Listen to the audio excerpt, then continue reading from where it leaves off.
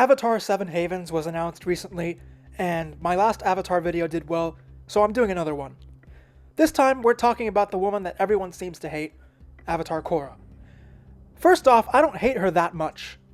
I do hate how she's the type to crash out and destroy cultural relics over failing a single drill, trying it for the first time, arrogantly believing she could just do it as well as the people who have been living in that temple their whole lives.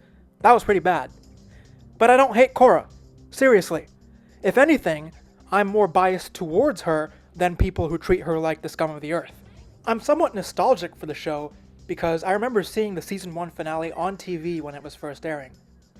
I'll tell you what I do hate for sure about the show though. I hate that it just kept going higher and higher with its power scaling, basically detaching itself from the original lore. The moment Book 2 came out, about those spirits, basically it became something else entirely. It was no longer an Avatar story. This problem has only been exacerbated by Seven Havens, which doesn't look like Avatar at all. All the visuals are different. It looks like Voltron has that pseudo-anime art style, you know? Now, here's why I'm doing this video specifically. Book 1 had potential. From my understanding, Korra was only ever going to be a single season, an epilogue to The Last Airbender, or basically the equivalent of a TV special or limited series. I may be wrong, but the whole thing with Amon and Korra all being resolved in one go, it felt like it was leaning towards that. Maybe that's just bad writing, but everything resolved itself in like one season, like 12 episodes, right? Anyways, one aspect that even Book 1 didn't keep, and one I believe the show would have benefited immensely from, was the triads. Korra was originally going to have much more of a crime drama feel, with Korra fighting criminals and working with the police and seeing this whole new, much more modern side to the world of Avatar. And if that was the case, that introduces a whole new problem. And that's one that I like to call the Sword Art Online issue.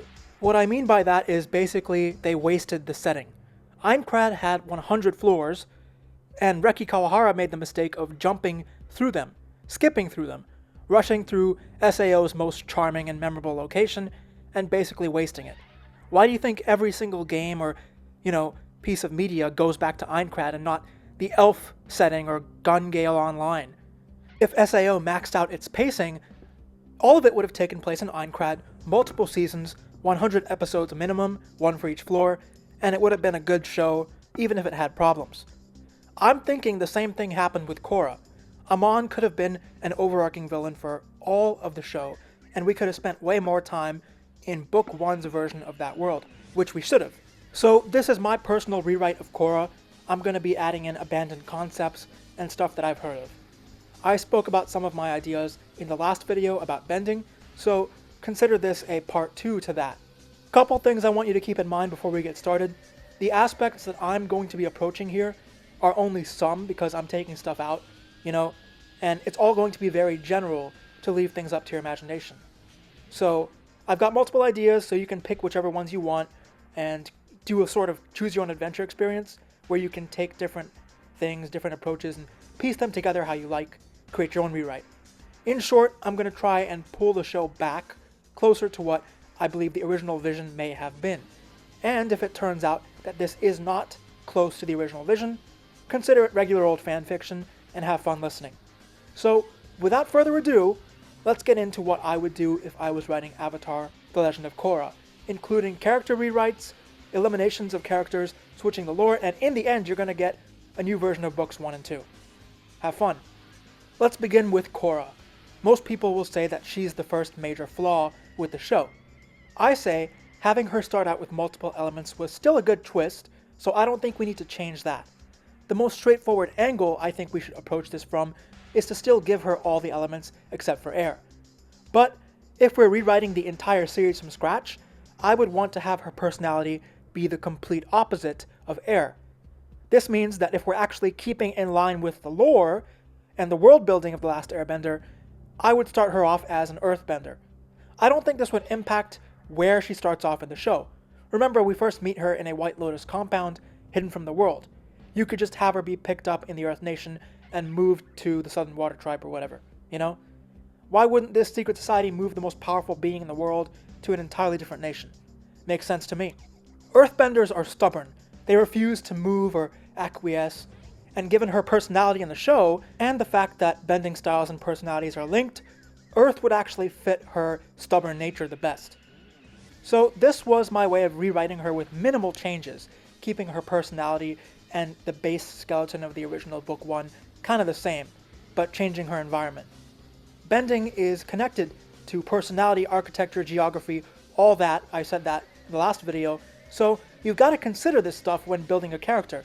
Now I'm going to show you guys a different rendition of Korra. This one was more interesting to me because it's basically my own creation. Here we go. Korra starts off as a member of the Water Tribe and has her same personality. She's largely unchanged in that aspect, appearance-wise, all that. And I'm starting her off this time with all 4 elements under her belt from the very beginning, so she doesn't have to learn air. The White Lotus has been keeping an eye on her and protecting her. That part's the same.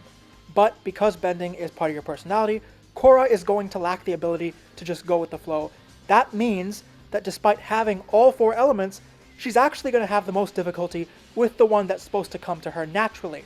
She can't get the hang of water. Physically, she's a space marine. I want to emphasize that she is a jacked woman.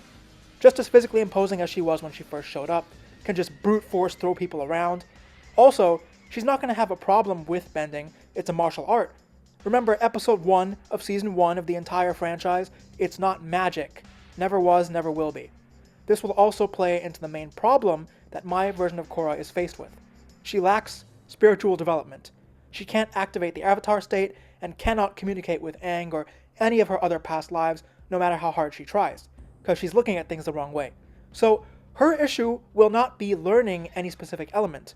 It's stepping away from the physical aspect of martial arts and getting into the internal stuff. I want this to play into the fight scenes. If we're talking about, basic fights, I want to make this version of Korra overpowered on purpose. But she's not going to be able to use any sub-bending skills. No lightning, nothing like that. This is the trade-off. This version of Korra's journey will be similar to Neo's in The Matrix. She knows she can bend all 4 elements, but it's a process of really truly believing in her role as the Avatar. She's sort of like female Neo. She goes from, I'm the Avatar, you gotta deal with it, to I'm the Avatar, I know what that means. That's sort of the journey, right? Treating the job seriously. I think The Matrix is going to be a big part of my take on the Korra show. The new Avatar movie made the mistake of treating the Avatar state like Super Saiyan. It's not a power-up. If we're looking at the OG show, it's an instant win button, so it should be treated like Neo's powers in the original movie. The moment he saw the Matrix for what it was over. There's also a connection because both the Matrix and the Avatar franchise have Eastern philosophy influences. I don't know what they're doing with Seven Havens, but, it's supposed to have Eastern influences. The main setting for this rewritten Legend of Korra is still Republic City. I'm not changing it so much as I am fleshing it out. I think for my version, the entire thing will take place there, and there alone. We already had the big globe-trotting adventure with The Last Airbender, so what I really want to do is scale it back so we don't have that power creep problem. Besides, Republic City is supposed to be a center point for all 4 nations that has every type of person in there. It's a trading hub where all the politics and stuff goes on. But here's where I'm going to emphasize the implications of a place like Republic City existing. This all goes back to what bending is in the world of Avatar. I'm telling you guys, the first video I made plays into this a lot. Bending determines basically everything down to a person's personality, right? And for the longest time, the nations were doing their own thing. So putting them all together in one place, especially a city, is going to cause some major problems. We need to get rid of the plotline with non-benders being oppressed. That was never a thing because bending is not magic, it's a martial art. And non-benders were a serious threat. Ty Lee could literally deactivate your bending with chi blocking, and along with that, deactivate your limbs. Bending doesn't give you a special stat boost that non-benders don't have. It's not like you suddenly get enhanced strength and speed.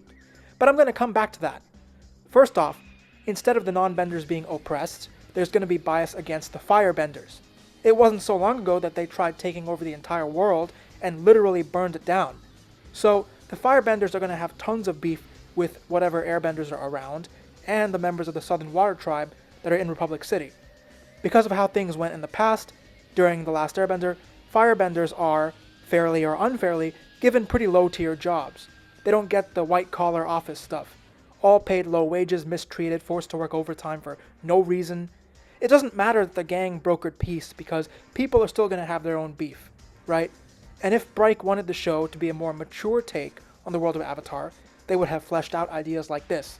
The Last Airbender is so good also because it's a mature show without needing insane amounts of gore to justify itself to adults who hate animation. So you could keep that trend going by introducing more complex ideas that build on stuff that the first show introduced. You grow up with the show, you grow up with The Last Airbender, and now Korra fleshes this out with more complex concepts. So, there will be grudges between regular people for the sins of their fathers. Here's a scenario I came up with that I really like. Imagine barring earthbenders from establishments because people found out about the weird stuff they were doing in Ba Sing Se back in the day. Consider a network of conspiracy theorists trying to figure out what was going on behind those walls during the events of The Last Airbender. Think of people who escaped Ba Sing Se during The Last Airbender, now spreading stories of there is no war in Ba Sing Se, right? Treat it like people who crossed the Berlin Wall or something. Let's take this idea even further. The Dai Li are still around as secret agents who have this undying loyalty to the old fallen Earth Kingdom. They want to restore it to its former glory, and they're skulking around in the shadows, spying on people. If The Legend of Korra was going to have more of a Boardwalk Empire feel, like it was originally pitched to have, they should have leaned way more into the grit and corruption, made it explicit. But I want to add the fact that they're all living in a post-war environment, and the show could have leaned into that way more. Now we finally get around to the triads. I think these were going to be a bigger part of the story originally, given how they were introduced. It would have been better if Korra spent more time helping members of Republic City, protecting them from these triads and criminals. That solves the Sword Art Online pacing issue and slows things way down. It lets us spend time in Republic City, on the ground, and sort of understand how the world changed. Circling all the way back around to the post-war feel I'm going for, you could have firebender gangs who still believe it's their right to rule the four nations. You could have gangs of other benders targeting firebenders as payback for their actions during the war. There are tons of dynamics that were ignored that can be explored. Now we get to another big piece of Republic City, the pro-bending arena. First of all, not a big fan. I don't even know how or why this would work. Bending was a normal thing for the longest time, given what the original show set up. For it to be some kind of spectacle, like a pro league, you would need a whole new piece of world building introduced. So, one way to do it if you wanted to keep, pro bending around is a sports anime arc. Imagine an entire season that was basically just Haikyuu but with a ton of benders, Republic City and all the things it introduced could have been extended to 4 seasons worth of content by itself. That's my main goal with this. Unfortunately, in the Korra show that we got, they suddenly introduced a totally different spirit world, the dimensional merge, giving people free bending, which breaks the world building no matter how cool Zahir is, and then mechs. In terms of geography, Air Temple Island, along with Tenzin and his family, I want to keep them the same, not much changing there. It's still going to be off by itself, because of how they nearly got wiped out in The Last Airbender. The airbenders that are still there will mostly keep to themselves, and are rarely going to show up in Republic City. Their attitude is that they're nearby, but they don't want to risk mingling with the other elements. Maybe Air Temple Island is like a tourist destination. You see where I'm going with this? He wasn't always present, but The Last Airbender had Ozai as the big overarching villain. Similarly, I want to do something here by making Amon and the Equalists the overarching villain and villain faction. And like I said, I want to combine Amon and Zahir into one person. But I also want to change things around so that the Equalists are straight up delusional. They do not have a point. In the world of Avatar, non-benders are at a disadvantage, sure, but they're not full-on oppressed. The Equalists, in my take, falsely believe they're oppressed, and they use this to harass and accost others. Even if the benders follow the rules in Republic City, the Equalists will annoy them on purpose. And they really don't like the firebenders. Like I said, the firebenders in this version of Korra are socially at a disadvantage. Since we can flesh all this out, we can have the Equalists be entrenched in every single part of society, down to the regular people. They're everywhere. They've infiltrated triads, they work as bosses in offices, they bribe politicians and are politicians, Since my take on Korra all happens in Republic City and we can focus on a single location, I really want there to be a sort of a conspiracy Black Ops angle to this. Korra can't stop seeing the numbers. She doesn't know what they mean, but she will. The numbers spell out Equalist. They spell out Amon. They're the big movers in the background, you know? In terms of combining Amon with Zahir, first off, appearance-wise, we are not backing down. Amon was actually burned by a firebender, which started him on the path to, being mad at benders in general. The aspects of Zahir I'm taking are, first of all, his absurd martial arts skills and the fact that he is actually going to be an airbender. He was not given this ability, he was born with it, but he was expelled from Tenzin school a long time ago, changed his identity, and he basically LARPs like the world is still at war like it used to be. He wants things to go back to the way they were during the last airbender. He means to return it to the way it was against Ozai, right? Constant war. As for the Red Lotus, you can combine them with the Equalists. I think you can call them sort of the inner circle of the Equalists. The Equalists are just the face, the outside. And the Red Lotus is a small group of people that knows about the existence of the White Lotus, so you have two secret societies fighting each other in the background of all this. Like I said, big conspiracy vibes. My version of Amon also does not have the ability to take people's bending away. Instead, he's basically a slasher villain. Remember, Korra was supposed to be a more mature take on Avatar, and I'm running with that. The original on-screen deaths in Legend of Korra felt like they were there just to be there, right? Like with the Earth Queen, it was just to be like, oh, we're killing people off, I want this to have a purpose, right, in my version. Another way I'm combining Amon and Zahir is that Amon in this version wants to end the Avatar cycle. He's just playing the long game. So the Red Lotus is an entire organization dedicated to finding avatars wherever they pop up and getting rid of them, basically. It's going to accomplish, his goal of endless war and chaos with no one left to bring balance to the world. Mako is in this version of the show, but I don't really remember anything about him from the original. I think he was extremely forgettable, so I'm basically recreating him from the ground up. So, like I said, in my rendition of this Korra universe, firebenders are oppressed, so lots of them resort to criminality. Mako still has a strong sense of justice, so he stands out and goes to be a detective. He wants to do things the right way, work his way up, fix the corruption that's a major theme in this take on Korra. Corruption, conspiracy, the fallout of the events of The Last Airbender are big things in my version of the story. So Mako is one of the very few outsiders who's actually familiar with the White Lotus on some level, and he knows who Korra is before she shows up in Republic City. He actually seeks her out to stop the Equalists and ensure that the peace Aang worked towards is maintained. It's about stopping destabilization instead of restoring balance as usual. It's about keeping the balance that was already fought for in The Last Airbender. I don't remember anything about his personality, so I'm just giving him a new one, alright? I'm just going to turn him into Hellboy from the Del Toro movies. Does he smoke a cigar that he likes using firebending? I don't know as of now, but it would go hard, right? What would make this, version of Mako interesting is that he's more in tune with the spirit world than Korra is.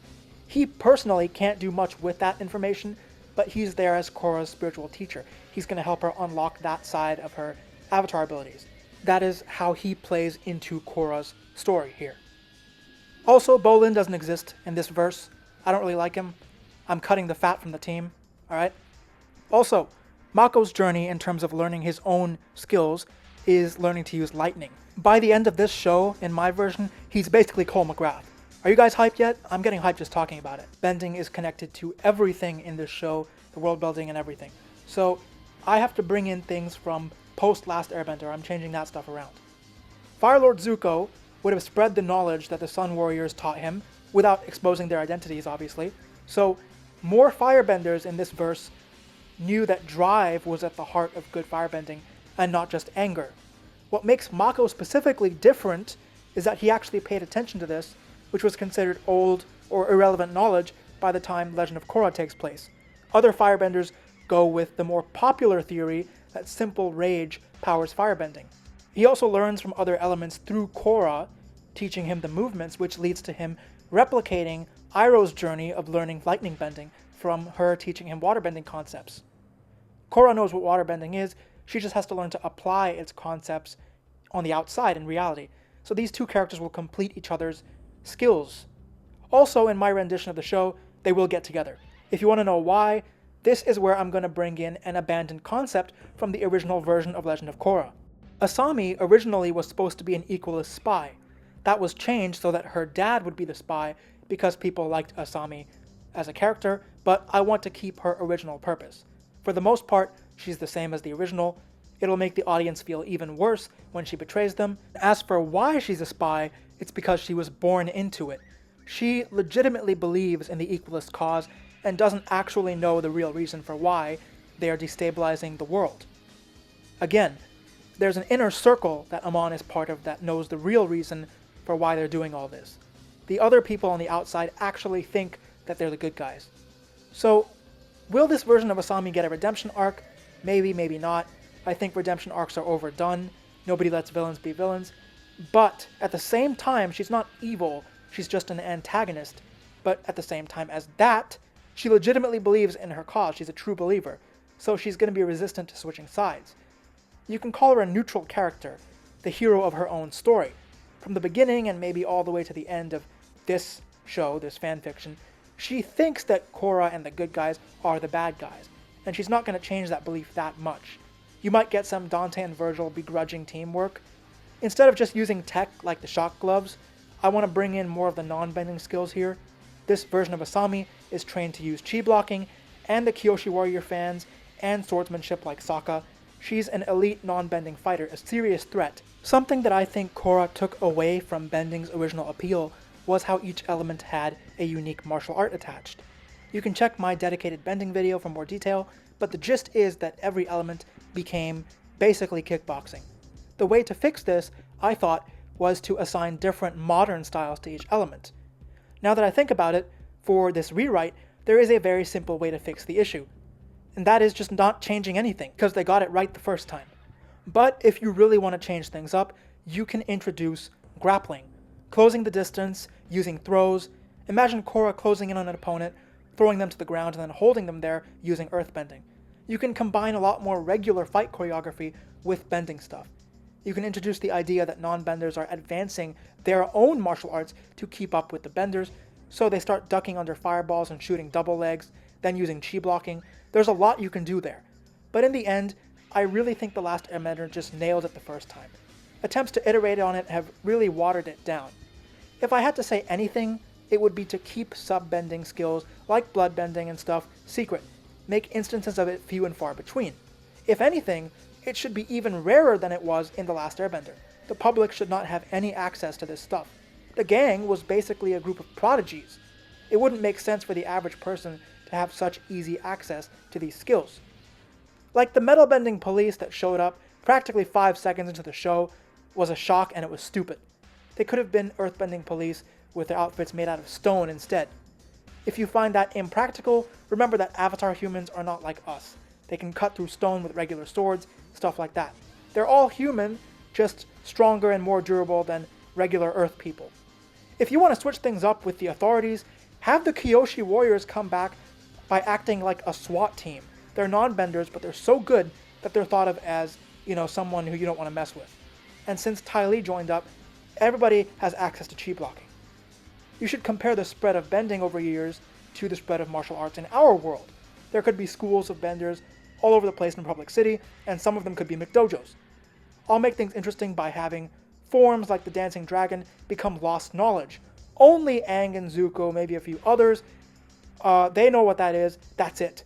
People might claim to know it, they teach it all wrong, and it does nothing the way it's supposed to. Remember, the gang got their knowledge from odd places. Zuko learned from Iroh and the Sun Warriors. These are unusual people, right? Iroh especially is an unusual source in that he's way more open to combining knowledge from all four nations at that time. So normal benders in a time of peace should on average be weaker than normal benders back in the era of The Last Airbender. Again, the gang are all basically prodigies. You have the Avatar, Katara, Toph, who invented an entirely new martial art herself and was already an unusual fighter, and then you have Zuko, who was a prince being taught by an unusual, very powerful teacher. Stuff like that has to be taken into account for the world building. You can open up the world building like this as well, right?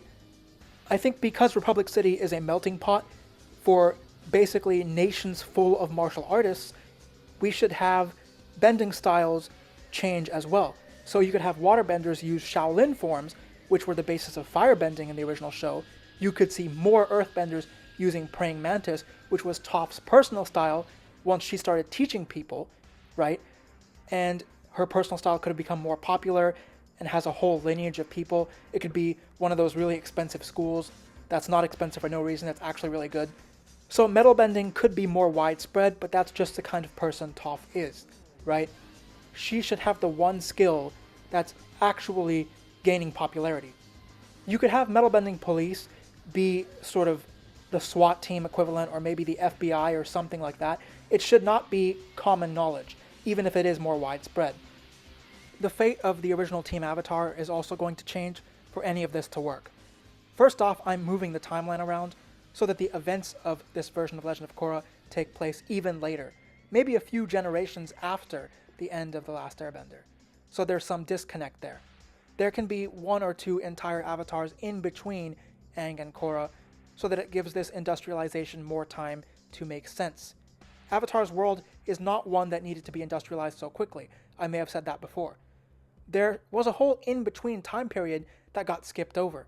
I know there's a movie out now, but it really should have been more of a miniseries. The gang would all live happy lives with their families, they'd have their own issues, but we'd see enough of them in their primes to be done with that. Then we'd get a time skip, and then introduce this new show called Legend of Korra. By the way, doing the whole troubled family thing with these characters we grew up with, and skipping over all of these events was a terrible writing decision. So, in my version, they all live happily ever after, have absurd power levels. I'm basically talking about turning Zuko into Phoenix King Ozai, and their children and grandchildren will have loved them despite any regular family issues they had. We are not Last Jediing any of these people. Toph abandoning her children was stupid. That does not happen in my version. Aang having issues with him being the last airbender is valid, right? That, him being the only one to carry their legacy of an entire culture, is the most compelling piece of writing out of this. But he would not have been a bad father. Everything is normal, everything is fine in my version. We are not Last Jediing any of these characters. So, now that we know the gang were not all basically taken out in a single flashback, and the survivors turn into old men and women hiding away in hidden corners of the world, we can move on from that part of the story in complete and utter peace.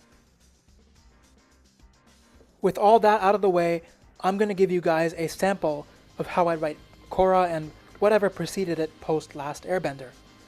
This is basically my take on books 1 and 2 in my verse. This is just one version, as I've given you a lot of directions to take this. Book 1 is going to be called Water. We begin with a spiritually empty Avatar Korra. The start of the show is going to be the exact same. I'm the Avatar, you gotta deal with it. This is going to be presented as an explicit character flaw, and one of the main things barring her from entering the spirit world and getting all of her Avatar powers. Yes, she's always known about her status as the Avatar, and picked up the fighting part of it really quick, but her quick temper and personality means she's always had a tough time slowing down, connecting with her own element, and thus parts of her own culture. She feels alienated from not just the Water Tribe, but all 4 nations, since she grew up in a facility raised by the White Lotus, basically. The exact same way we started off with her in episode 1 of the series, right? What's different here is that Katara is not around, none of the gang are, because this takes place later. So instead, Korra talks to Tenzin regularly. None of Korra's sparring partners stand a chance against her. Even in matches with restrictions placed on her, like only one element or the same element as her opponent, it's no contest. Even in non-bending fights, she doesn't need much skill because she's a female space marine. Just suplexes people into the floor, it's beautiful. She should be on top of the world, and on the outside she is. Not even the best fighters from the 4 nations, brought over in secret, can beat her in a one-on-one. Even multiple opponents can't do much because she has some level of control over all 4 elements. And even though she's got issues waterbending, she's got the basics down, so she has a handle on everything. Now she's heard stories of Aang and his friends growing up and has reverence for them, but that's it. Instead of her cutting off her own connection to her past lives and future avatars' connections to their past lives, this time she's never been able to communicate with them directly. They're there, but she hates the fact that they're sort of not, picking up the phone. Tenzin and his family have to go manage their students at the air temple, so they leave her alone. By this point, she's had enough of sitting around fighting people in the cold with nothing to do, so after years of this, she decides to head over to Republic City on her own. She thinks that she'll learn more about herself by acting on the outside instead of staying and looking inwards. It's always worked for her before, so she just acts assuming it'll work for her going forwards. Now, the White Lotus members did not want her to do this. They know about Amon and the Equalists and the Red Lotus, but she doesn't. Their mistake was telling her that the outside world was dangerous, but not telling her why. So when Korra gets to Republic City, things play out in the same way. She causes chaos with Naga, eats fish with a homeless guy, all these cool aspects that we really didn't get enough of. Then, she fights the Triad members, just like in the original show, except now, these guys are going to be recurring Book 1 villains. Because she used multiple elements in public, news that the Avatar is in the big city spreads fast. Instead of it being a good thing, she's immediately targeted by multiple triads and their best assassins. It's basically like a bit of Batman Arkham Origins. She has to keep fighting these guys over and over again, but because of her training, it's like a Paul Atreides situation where she's just that good. Against these low-level fighters, she's going to be basically a Mary Sue, right? Nothing can touch her. Even her non-bending fighting skills are pretty good. But her problem isn't one that can be solved with fighting. Again, this book is about her winning her first big internal battle. So far, her repeated wins have made her arrogant. Again, a bit of that Arkham Origins Batman story arc. She's the Avatar and everybody else has got to deal with it. She can do what she wants when she wants, and she wants to be even more of an Avatar. She thinks that strength is the path there, though. She thinks that enough fighting and eventually something will click, right? All Korra wanted to do when she got to Republic City was understand how to unlock the Avatar state and fight the big bad like Aang did. Things have spiraled out of control big time, though. So by this point, Korra's fighting not just the Triads, but corrupt police officers as well. She doesn't know that they're hunting her down under Amon's orders. His idea is to destroy the Avatar every single time he or she reincarnates until they catch him or her in the Avatar state and permanently end the cycle. She doesn't know this. All she knows is they keep coming, she keeps fighting, the cycle continues. So Korra's big moment in Book 1 is the Arkham Origins rant. Maybe I am. When the mugger or the thief stops to think twice, that is fear. That is what I am. That is why they hired assassins. Her story in Book 1 is sort of like Arkham Origins Batman, right? Tenzin functions as Alfred. She fights people. She can hold her own. She is that good. But the problem is that she's unwilling to get people's help, right? Tenzin functions as Alfred in this scenario. She's resting at the only safe place she knows, Air Temple Island, and he basically kicks her out because of this. Now she's on her own. The pattern with Book 1 is fighting against triads every episode, saving people, slowly discovering she actually enjoys helping the little people. She wanted a huge conflict like the stuff she heard of, wants to fulfill her purpose and save the world, but helping the little guys like shop owners is more fulfilling than anything else. Again, her main thing, bending-wise, is unlocking waterbending and starting to unlock her access to the spirit world. Now I'm going to start mixing in the Matrix stuff like I said at the start of the video. Since phones exist in Korra, this is how she meets Mako, right? She's wandering the streets, hiding in alleys, because the police and the triads, everybody's after her. She doesn't know why, and at this time the streets are empty. So why is she getting a call from a public phone right next to where she's standing? She picks it up out of desperation, hoping it's Tenzin after her crash out, but it's a complete stranger on the other end. They're coming for you, Neo, and I don't know what they're going to do. So in her desperation, she meets Mako and discovers he's been studying the history of this world. Aang's time period. He's a bit of a conspiracy theorist. He has theories about the spirit world, what the White Lotus is, stuff like that. Now we as the audience and Korra both know he's getting a bunch of this wrong, but surprisingly he's got the basics down. But because she's being hunted by basically everyone, the moment he shows a badge and says he's a detective, she crashes out and starts to fight him and attempts to escape. The only reason Mako wins this fight is because of his understanding of his own element. He uses pieces of the Dancing Dragon that he's collected, stuff we've only seen Zuko use in the final Agni Kai. There are lots of visual parallels showing us that Mako's done a deep dive into his own martial art.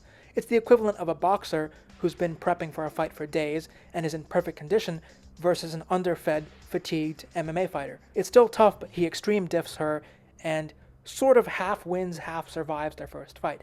This is bending, so people are seeing flames and rocks and stuff flying around from their apartments. He drags her to his hideout to escape attention, and it's an apartment with newspapers covering the walls and stuff like that. So the next day they actually talk properly. Korra sees the Avatar as being meant to restore the world by being the strongest. Mako sees it as being like the One from the Matrix. The Avatar is meant to bring about a spiritual awakening, change hearts and minds. Both are right and both are wrong. You need the proper power to take down bad guys, and you can't rule through fear at the same time. Ruling through force alone would just make another Fire Lord Ozai. So after they talk, they team up and fight triads together. We get some really cool sequences, stuff like that. Mako works inside the police department to try and recruit more people, but no such luck. He keeps the fact that he actually knows who Korra is to himself, but eventually he stumbles across an insanely rich woman who seems to know about what's going on. She confirms a bunch of his theories about how there's corruption up to the highest levels of government in Republic City. Shortly after Avatar Aang passed, people started taking advantage of this vacuum.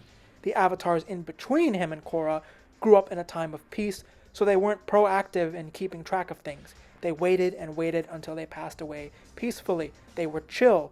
They were like celebrities, and they didn't take the time to actually pay attention. This is what let the Equalists rise up and hide in the background. The woman who is helping out now, her name is Asami. She's the daughter of one of the richest people in the Four Nations, one of the biggest businessmen out there. She's got connections everywhere, and she's super convenient and helpful. She shows up to bail Korra and Mako out of multiple situations at just the right time, every time, for some reason. I should let you guys know, Korra's crash out against Tenzin, lack of contact with them, is not going to be solved in Book 1 at all. It's setting a lot of things up, because this is going to be a slower paced thing, because there's a lot less moving pieces going on. However, one thing that goes right in Book 1 is that Korra gets full access to her waterbending skills. She enters the flow state. It's sort of like a Matrix don't think you are, know you are moment. And she also gets her own apartment because her new best friend Asami, who has no ulterior motives at all, just gives one to her. Don't worry about it. So that's how Book 1 ends, setting her up in Republic City. Book 2 is still called Spirits, but you'll thank me because I'm about to treat it completely differently. There will be no carpet spirits, no Rava, no Vatu, no Dark Avatar. Things are going to be the same as they were set up in the original show for the most part. The spirit world will still be the same. You reach it through meditation. Some spirits take physical form like Wan Shi Tong, stuff like that. Korra's main conflict in Book 2 is twofold. Number 1, she has to chill out and actually take the time to meditate. There will be fights in Book 2, but less than in Book 1. Book 1's the exciting one. In exchange, the fights I want to put into Book 2 are going to be way more brutal. We're upgrading Korra's opponents from regular criminals and corrupt beat cops to the actual Equalists. Like I said, they're the same as you remember them in the original show, with their cool outfits and night vision and batons and stuff, except they are all extremely skilled. One Equalist is like half of a Ty Lee. They all have access to chi blocking, so this time Korra and friends will have to rely on regular fighting skills and not just bending. The main thing in Book 2 is going to be a good old-fashioned training arc, physical training. I'm going to make Korra more likable through her fighting style alone, so you will see this woman use DDTs, German suplexes, axe kicks, clotheslines. The Korra characters in my version are going to be very different from the original Last Airbender characters. It's going to have its own identity without sacrificing what made bending so unique, visually speaking. Now it's time to introduce Amon. Remember, this is supposed to be a more mature Avatar show. I'm pretty sure Bright wanted it to be because they did introduce on-screen deaths. I'll do it as well, but for the sole reason of hyping Amon up as a threat, the likes of which we have never seen before.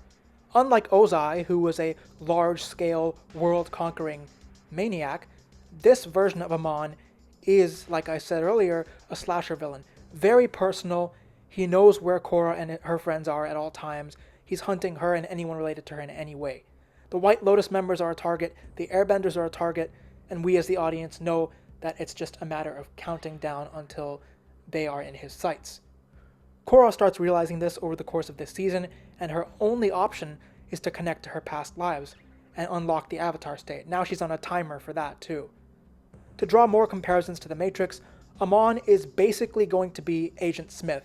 Slow walking, most people, even in the main cast, can only run or delay him. One thing I want to bring over from the original version of Korra is that he can tank a lot of attacks.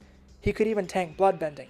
But here I just want it to be because he's crazy durable and he's really locked in spiritually. Avatar and Kung Fu are connected, so I thought we could have Amon be locked in spiritually, meaning he can ignore physical pain because he detaches himself from his body, like Shaolin monks. This also ties into the theme of spiritual strength.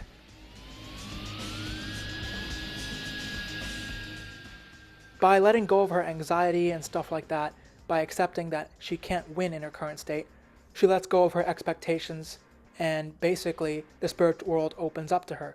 Now we can put the conversation between her and Aang right around the middle, or like 75% through book 2 in this version. She's at her lowest point and she talks to Aang. Now she can activate the Avatar state. It's not complete control, again that'd be an instant win, but she can use it. The air temple has been attacked by Equalists, and Mako has been captured, and thanks to a conveniently placed Asami who knows exactly where he's being held, Korra heads to a dingy abandoned subway. Again, this is Avatar for grown-ups, so Mako has had the shit beat out of him, and characters can actually bleed in fights. It's not going to be Invincible or Mortal Kombat levels, don't worry, but it'll be like The Matrix or Spider-Man 1 where characters are actually in pain and stuff like that. Because she now has access to her full capabilities, we're bringing this back to The Matrix. The final fight of Book 2 is going to be the subway fight from The Matrix. The defining moment of Book 2 in the finale, now that Korra has full access to her Avatar state, is basically just this. What is he doing? He's beginning to believe. Because Amon is unusually resistant to attacks from benders, his vulnerability is against non-benders, which brings the training arc in as a relevant point. He's no slouch there either though, so Korra and possibly an injured Mako will have to JJK style jump him, pull out all the stops. The heroes have to dedicate everything they've got to taking this guy down. Bending, non-bending, everything we've seen up till now. So for some reason throughout this, Asami isn't actually doing anything. I mean, sure, she forgot all of her weapons and equipment and armor on the way over to save Mako, but at least she's shouting words of encouragement, right? I'm sure it's nothing. So after Amon is beaten, his mask is broken, and he looks like he initially did in the original show. He monologues about his intentions, chaos is the natural state of things, he wants to return to the glory of the 100 Years' War. He's basically the most dangerous LARPer on Earth. Then he runs off deeper into the subway and disappears. This is not a definitive win. Now, to cap off my take on Book 2, Asami all of a sudden takes out one of her shock gauntlets and knocks both Korra and Mako out, dumps them outside of Republic City, and then returns to her mansion. There she makes a call, and Amon is on the other end, tells her she did a great job, and she's their best infiltrator for a reason. We cut back to Korra and Mako in the rain. Neither is moving. Mako coughs and crawls back up this hill to stare out at Republic City. He looks back down at Korra, who is bruised and battered from her fight. And the final shot of Book 2 is Korra's eyes opening, lightning flashes, cut to black. And yes, Higher by Creed is the end credits song. This is my version of Korra, which means that you're going to have new metal playing during fight scenes and season finales ending with divorced dad rock. Pretty much all the stuff that played in the English dubs of the Dragon Ball Z movies and some Paramore. I'm only half kidding, by the way. If I was completely in control of the franchise of Avatar, I'd do limited releases that were like the equivalent of the Falconer soundtrack with 4Kids level localization, where I called noodles pasta and had a rap opening that actually went kind of hard. Well, I say all this, but the show only exists in my head, until a few minutes ago, because now it exists in yours too. I hope you guys love listening to this as much as I loved writing it all. If you guys want me to write out books 3 and 4 for my version of Legend of Korra, which will lean a lot more into the Black Ops style conspiracy stuff, let me know. I hope this video gets, a good degree of feedback. That'll be a major show of encouragement. I'd also love it if you guys commented, shared your thoughts, what you liked and disliked about my take, and if you have your own ideas, please be sure to share them. Share this video with others. I'd love to get people talking about it. So like, comment, subscribe, press the notification bell, share your thoughts in the comments, and let me know if you want me to write books 3 and 4. It'd be crazy if, people made fan art or animatics of this rendition. I know it's not big enough, this thing has 0 views right now. And yeah, I do remember seeing a Swamp Bender Korra a while back, speaking of different takes. That was interesting. In any case, thank you all so much for watching, and I put a lot of effort into this, so I'd appreciate the support, shares, all that. My next video will probably be more about the anime community, just like the last one I put out, going more into the past of the internet and stuff like that, same as usual. So yeah, once again, I hope you guys enjoyed. I had fun, and it was tough, but fun at the same time, you know? But yeah, stay tuned. See you.